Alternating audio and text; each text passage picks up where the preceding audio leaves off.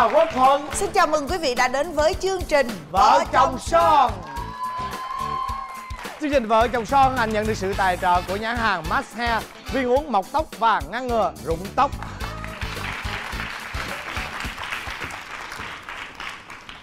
Mình mới vô thì thấy trời ơi sao mà già quá, phong cách giống thập niên 80. Xin mời quý vị chúng ta hãy cùng dành một tràng pháo tay để đón chào cặp vợ chồng đầu tiên.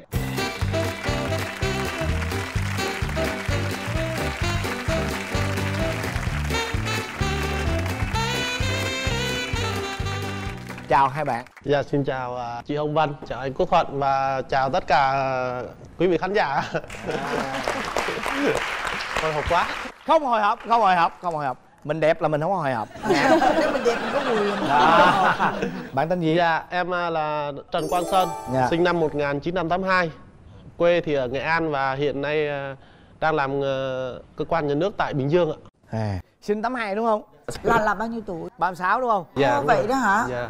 Là em ở Bình Dương tới hả? Em ở Bình Dương. Rồi em? Dạ em chào chị Vân và anh Thuận. Em tên là Lê Thị Xuân Xanh. Năm nay em 26 tuổi và là cũng làm cơ quan nhà nước. Xuân Xanh hả? Dạ. Trời ơi, Xuân Xanh mà tôi nghe qua Thu Thanh luôn. Là thua chồng 10 tuổi. Dạ đúng rồi. Dạ dạ. Cũng ở dưới Bình Dương luôn. Dạ.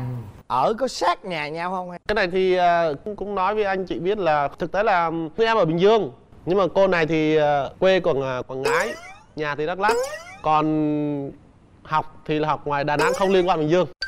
Ủa là sao, nó đi Sài Gòn hồi nãy giờ đó. Hồi nãy giờ ông đưa tôi đi xa đó nha. Có nghĩa là theo chồng về Theo chồng ở Bình Dương thôi. Trời ơi, cái gì vậy? Cái gì vậy?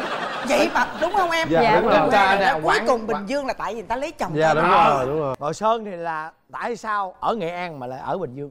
Theo gia đình lập nghiệp. Lập nghiệp Bình Dương. Dạ đúng rồi, lập nghiệp Bình Dương. Dạ. Rồi cái tình yêu của hai bạn nó bắt nguồn từ câu chuyện gì? Em theo cơ quan đi du lịch đầu năm ra Đà Nẵng chơi. Thì ra đó có em trai em học và công tác ở Đà Nẵng. Thì ra đó thì anh em thì lâu ngày không gặp thì gọi điện để gặp mặt uống cà phê gì đó để chơi. Thì cậu đó ra.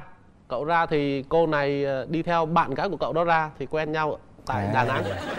Đại Bác mà bắn cũng xa ha. Xa. Bao nhiêu lâu rồi sao? Dạ là năm 2012. Cách đây là mới đây thôi, 5 năm. 5 năm. Ủa hai mà lấy nhau bao lâu rồi? Dạ 2 năm. 2 năm hả? Rồi ra ngoài đó gặp nhau là như thế nào? Lần đầu tiên gặp thì thấy cô ấy ăn nhiều quá, chắc nói mồm quá. Ăn từ đầu tới cuối luôn. Đó là ấn tượng là bởi vì cô này ăn quá. Ăn quá. Thế còn em thì sao? Cũng không có nghĩ tới anh này do là mình nghĩ là chắc anh lớn cũng có người yêu rồi.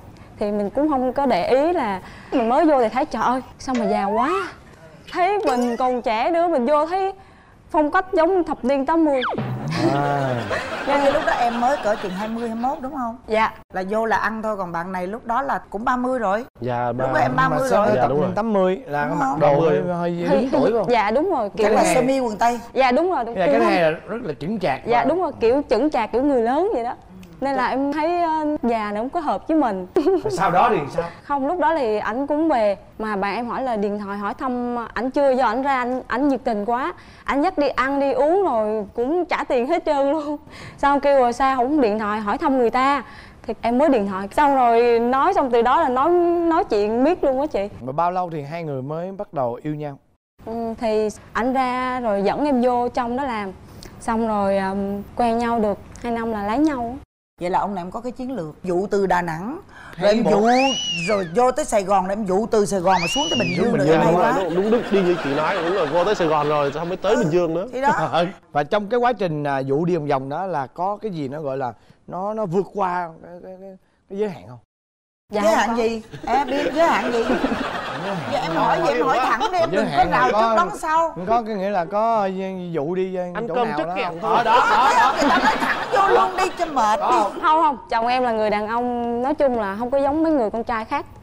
Ta không có lợi dụng. Trời, trên này có 2 người con trai đó mà em nói nữa. Lộn em. Anh đâu dụ vợ anh đâu. Có nghĩa là em giữ gìn cho tới ngày cưới luôn. Rồi em siêu phàm vậy đó hả? Ồ, vậy đó. Rồi sau khi cưới nhau về thì ông xã em có cái gì? Anh ấy có tật xấu gì không? Bọn em cưới về là có bầu luôn vậy đó.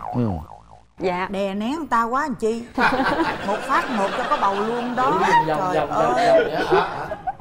Là trong thời gian em có bầu á thì chồng em cũng hay chơi game rồi đọc báo, cũng ít quan tâm tới em lắm. Chứ em thích là đi làm về với chồng em nói chuyện với mình. Đúng rồi, nói chuyện với mình với con để cho con nghe vậy đó. Nhưng mà ít lắm, rồi xong cũng ít phụ vợ lắm. Là ngay từ cái lúc mà lấy nhau về luôn đó, cũng đã là chơi game, cũng đã là ít trò chuyện với vợ rồi á. Dạ em nghĩ là do mình mang bầu nên mình ở nhà cứ quần suốt quanh cái góc nhà, mình thấy cũng buồn nữa. Nói chung cũng không biết nói với ai, mà sợ nói nhiều quá thì chồng chán mình nữa, đi với người khác nghĩ là mình đang mang bầu nữa, em cũng sợ nữa. Nên em không có nói gì với chồng em hết á. Nhiều lúc cũng buồn, cũng tủi, cũng khóc. Rồi có nói chuyện mình ơn không? Tại vì có những người phụ nữ á, khi mà người ta có bầu á, chồng bỏ đi hoài á, người ta sẽ suy diễn rất là nhiều. Em biết lúc đó buồn kinh khủng, người ta cảm thấy chả biết như thế nào giờ tự nói chuyện với con á.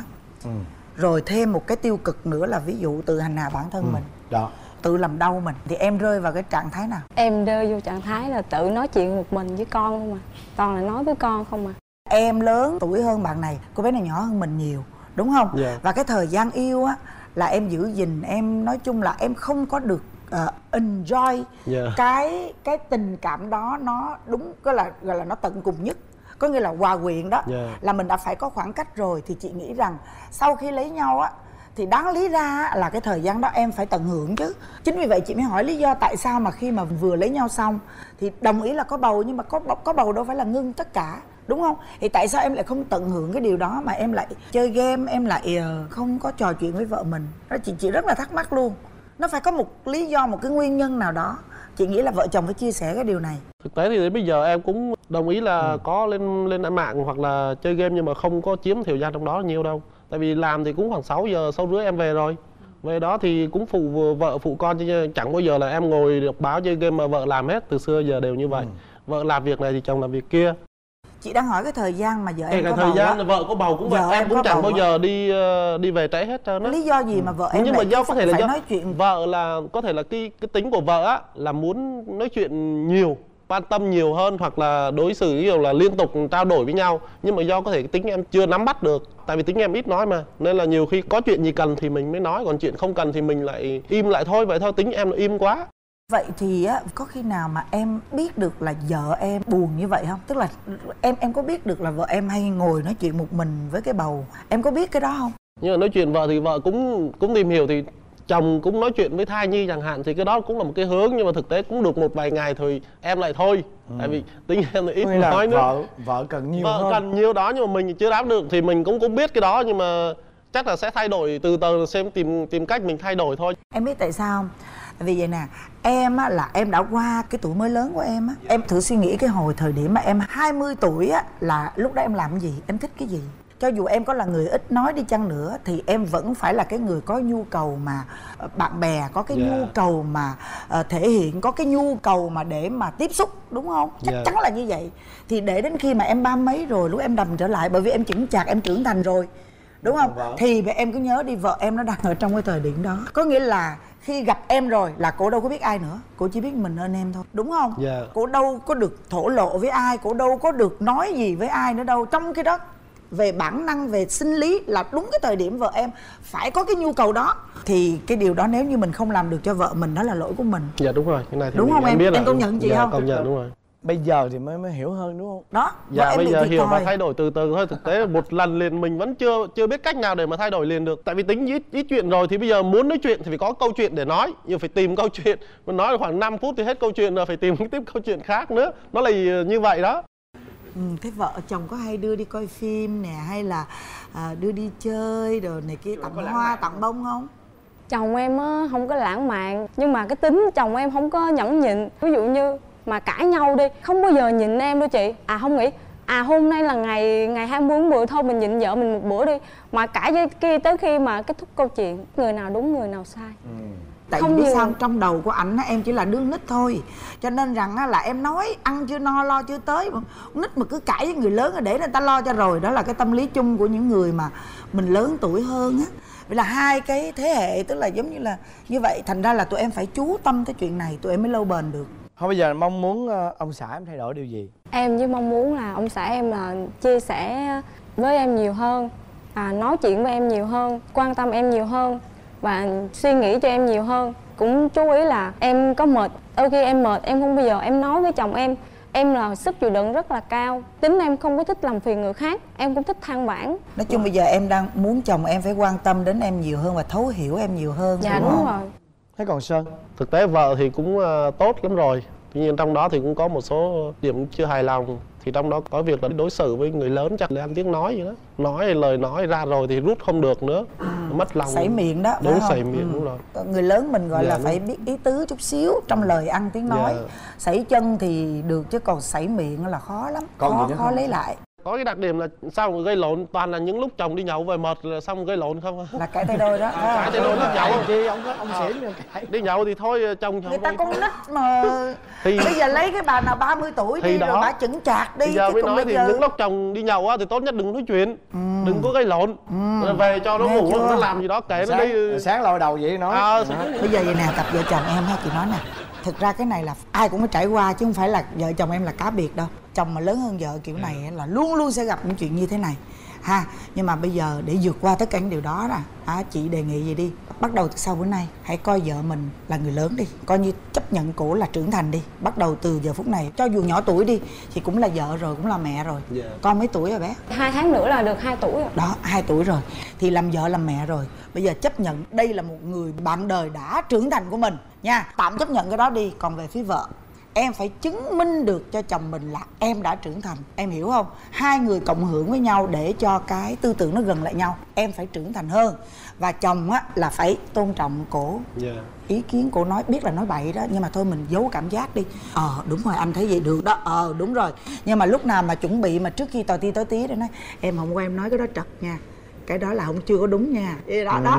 Cái cách đó là như vậy, em hiểu không? Đó là em nai lên, tức là giật cái tuổi mình xuống, cái bạn này phải đôn cái tuổi mình lên chút, đúng không? Mà sau đó sửa. Rồi còn một điều nữa là chị cũng giống như chương trình ngày hôm nay muốn là vậy, kết cho cái buổi mà chị em mình gặp gỡ như vậy thì em hãy thỏa mãn cái ước mơ của cổ chút xíu. Em tỏ ra là một người lãng mạn chốt, nói những lời yêu thương với cổ để cho cô cảm thấy là cô có trách nhiệm, cô cảm thấy cô lớn rồi. Là cô phải lớn chứ không được nhỏ vậy hoài. Nói chung là phải có một cái lời nói, một cái đúng không? lãng mạn. Vậy đi. Nó hơi chuẩn xóa cà chút xíu. Con nít mà nhường nó một chút đi em. Thì hôm nay nhân tiện tại trường quay Vợ Chồng Son, trước mặt khán giả cũng như là tất cả mọi người đây thì chồng cũng hứa với vợ là sau này sẽ quan tâm vợ nhiều hơn, lắng nghe vợ nhiều hơn, rồi là hứa sẽ chăm sóc vợ suốt đời và không có nóng tính và thay đổi tính tình của mình nhiều hơn nữa. Xin hết. Cứ khóc đi, cứ khóc, không có gì phải giấu hết trơn trời. Bây giờ nè, muốn nói gì với chồng nói đi. Dạ, thông qua chương trình em muốn nói là anh cũng nhường nhịn em một chút. Ví dụ một ngày lễ nào đó, ngày sinh nhật của em, đừng có làm em buồn. Nếu có cãi vã thì anh là người lớn mà. Xin lỗi trước. Đó. Xin lỗi trước. Xin lỗi trước. Bé mà phải nhường, phải thương em chứ. Trời ơi.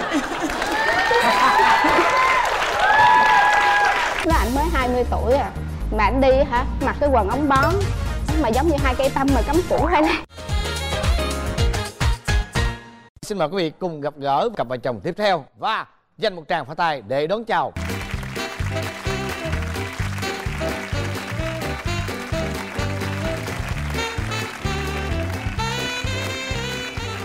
Rồi, xin mời hai em giới thiệu về mình. Em tên là Lê Hoàng Anh, năm nay 27 tuổi, mình đang làm kinh doanh bao bì giấy. Còn em? Dạ, em tên là Vũ Ngọc Vi, năm nay em 27 tuổi và nghề nghiệp hiện tại của em là giáo viên dạy kèm.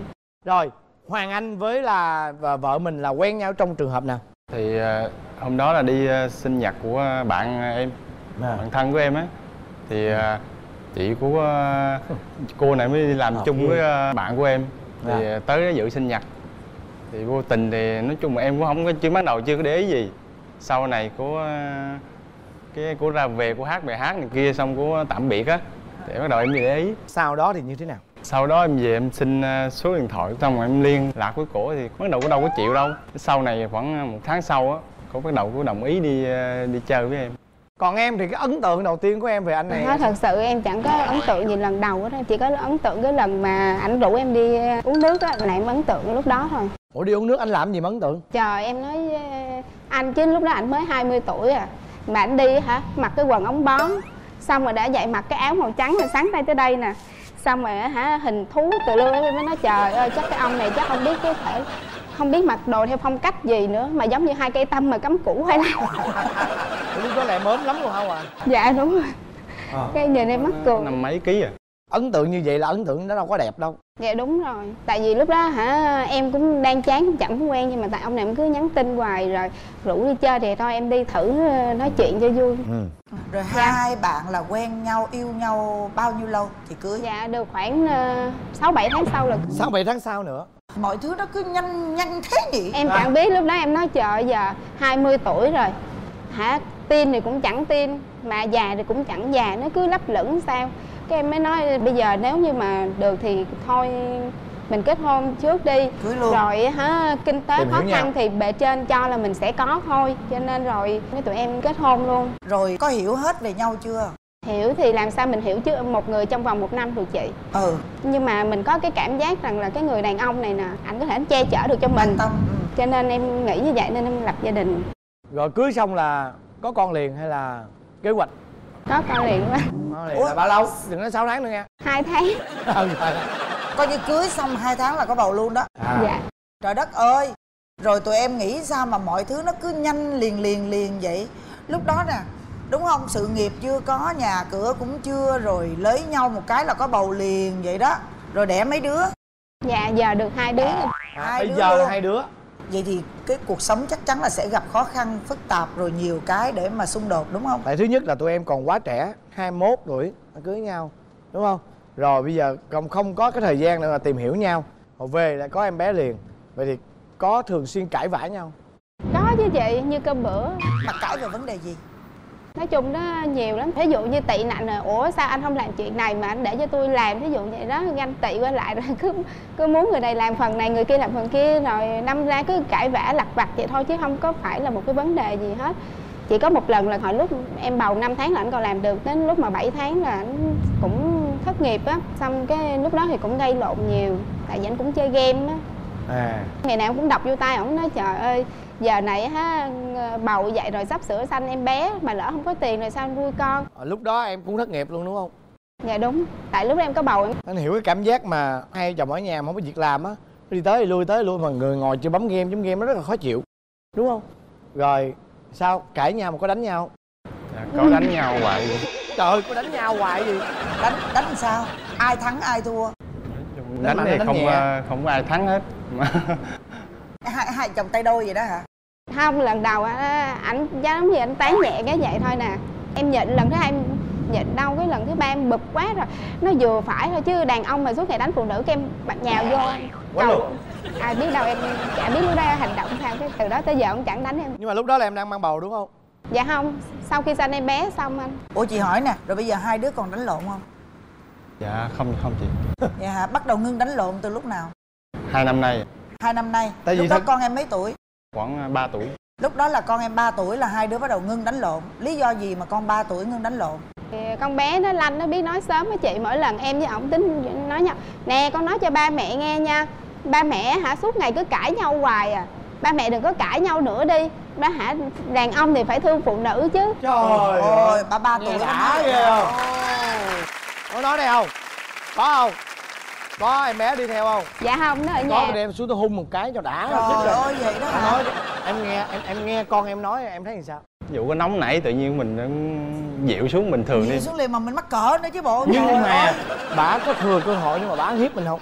Dạ không, lúc đó hai chồng đứng im luôn, đứng hình rồi, luôn. trụ bộ đứng hình. Nhưng mà có nói về mẹ không? Nói mẹ đừng có la ba nữa, hả tội nghiệp ba. Vậy đó hả? Rồi bây giờ cái mức độ mà quánh lộn với cãi lộn nó có giảm đi rất nhiều không? Có chứ anh, em thấy giảm nhất có một lần đó là lúc đó em mới có bầu. Em nhờ anh chở em đi khám mà anh không chở. Em mới tức quá, ổng đang ngồi chơi game cầm nguyên cái quạt mini em chọi luôn. Ông vừa phải chứ tôi nói tôi không cần ông vậy thôi, chứ trong lòng tôi cần muốn chết đây nè, mà ông không chở tôi đi là sao? Sắp xước mất cái tự nhiên từ đó tới giờ cái ảnh không có gọi là vô tâm nữa. Anh không có vô tâm nữa đúng không? Tại vì hồi đó em cứ giận là ông không làm được cái này thôi thì để cho tôi tự làm. Bởi vậy em mới thấy là sao mình dở quá, mình nói vậy chi, mình phải tỏ vẻ mình cần thì họ mới biết, họ quan tâm tới mình. Thì từ cái hôm đó trở sau như này là bắt đầu ảnh quan tâm hơn rồi.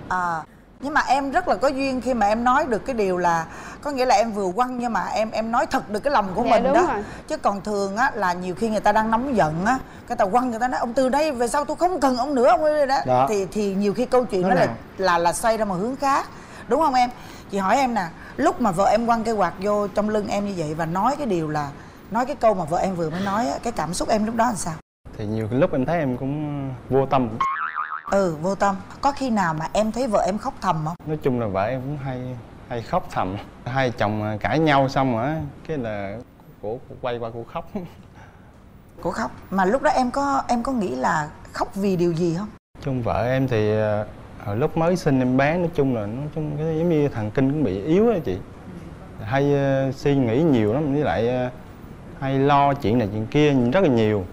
Ủa em khóc thầm đó là những lúc mà sau khi gây lộn, hay là có những lúc nào mà tự dưng em ngồi á, như em rơi nước mắt, em nghĩ về một điều gì đó xong rồi em rơi nước mắt không? Có chứ chị. Phụ nữ mà ai mà chẳng có cái góc khuất của mình, đôi khi em cũng nghĩ em buồn. Nhưng mà sau khi nghĩ như vậy thì em nghĩ lại mình phải nhìn vô những cái mặt tốt của chồng mình để mà mình thương ảnh, rồi mình thay đổi ảnh từ từ, chứ không lẽ bây giờ mình cứ nghĩ xấu, cứ nghĩ tồi tệ mình sẽ không phải. buồn Chị nói nghe nè. Dạ. Em phải nói chồng em mới hiểu. Chồng em không thể đoán ý em được, cho nên chị nói là tại sao chị hỏi.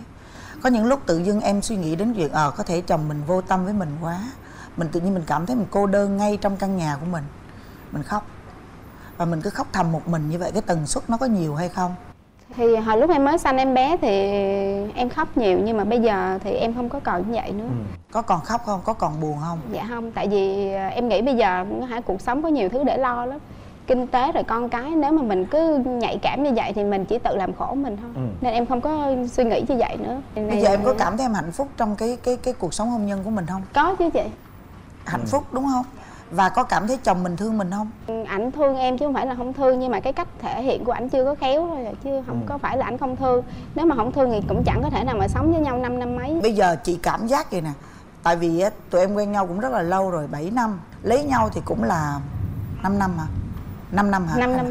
Cho nên tự dưng tụi em tạo thành một cái thói quen mà nó cứ lặp đi lặp lại như vậy hoài á. Lý do là vì sao đó, tụi em quen nhau thì nhanh, rồi lấy nhau cũng nhanh, thành ra cái thời gian tụi em dành cho nhau để tận hưởng cuộc sống nó không có. Ở đây người ta nói những cái mà cao trào của cái cảm xúc á, ở cái chuyện vợ chồng tụi em nó không có.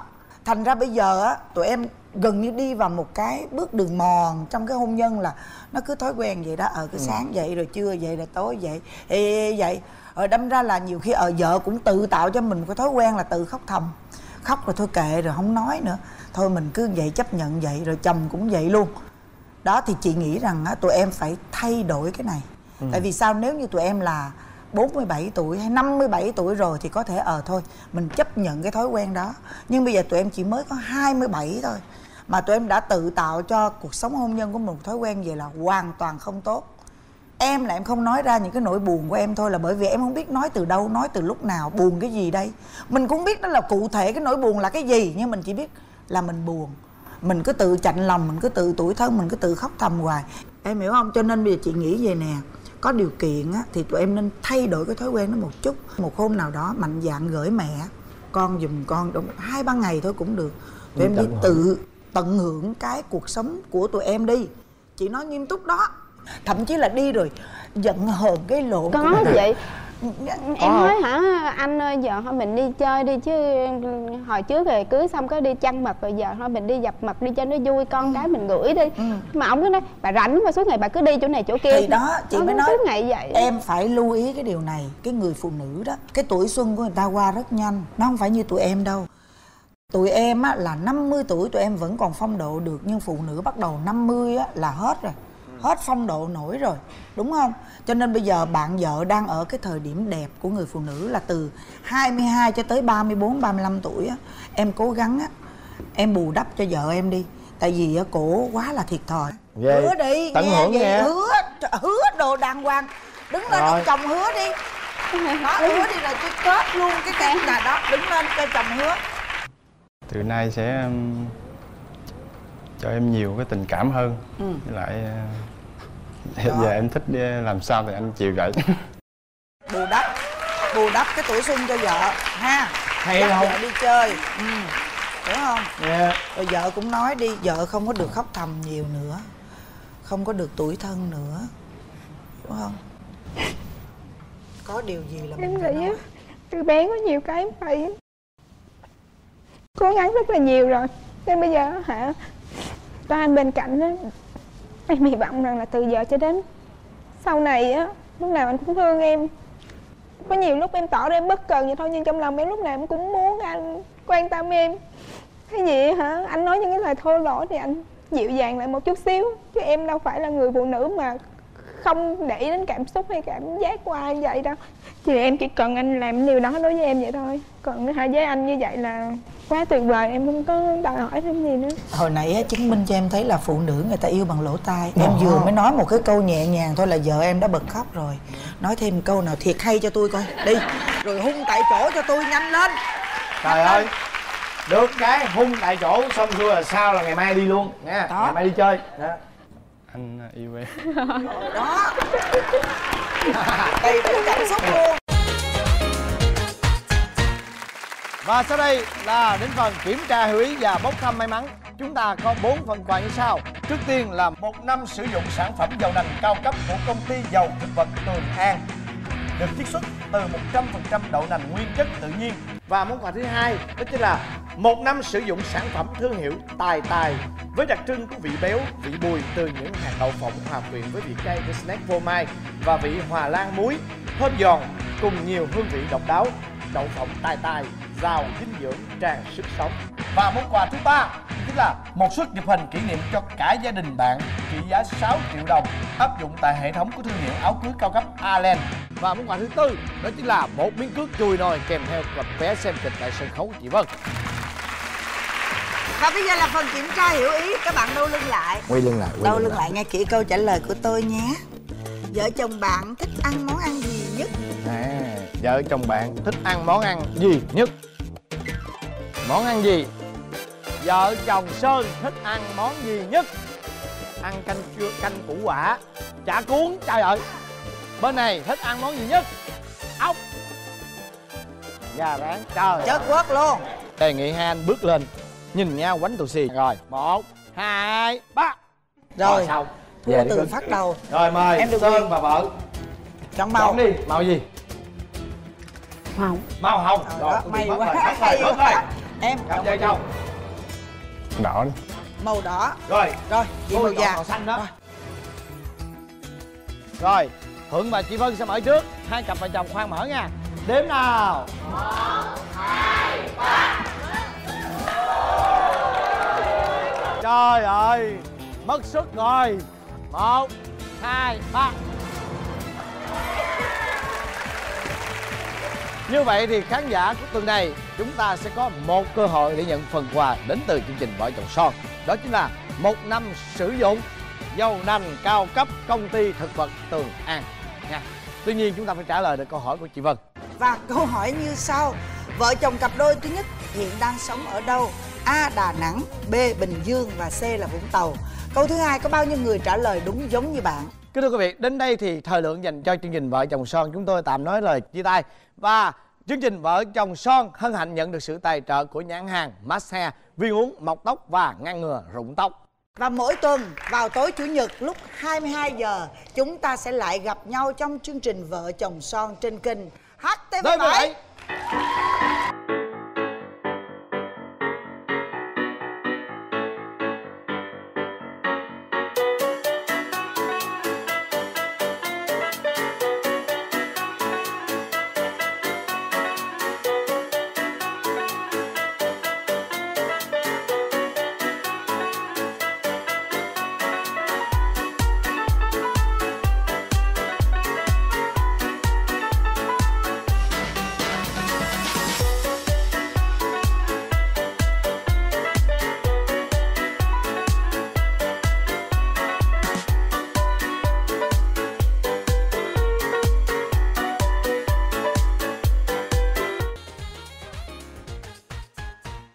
Và Quốc Thuận Xin chào mừng quý vị đã đến với chương trình Vợ Chồng Son. Đủ đi uống cà phê, đi ăn uống rồi. Em dẫn theo một đám bạn của khoảng 7-8 đứa gì đó đi theo ăn mà cho tốn tiền mà. Mua mấy 2 chai rượu ra, 2 chị em ngồi uống chơi.